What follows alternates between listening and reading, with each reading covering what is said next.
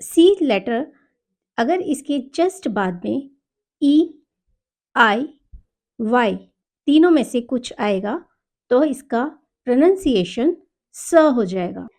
अगर सी के जस्ट बाद में ए, ओ, यू, के, आर या फिर एल होता है तब इसका प्रोनंसिएशन क हो जाता है। थर्ड प्रोनंसिएशन इसका होता है श। अगर सी के जस्ट बाद में आई ए दिखाई दे यानी कि ये दोनों एक साथ आए आई और ए तब इसका प्रोनंसिएशन श हो जाएगा। जहाँ पर सी के बाद एच आता है तो ये बहुत ही कंफ्यूजिंग हो जाता है।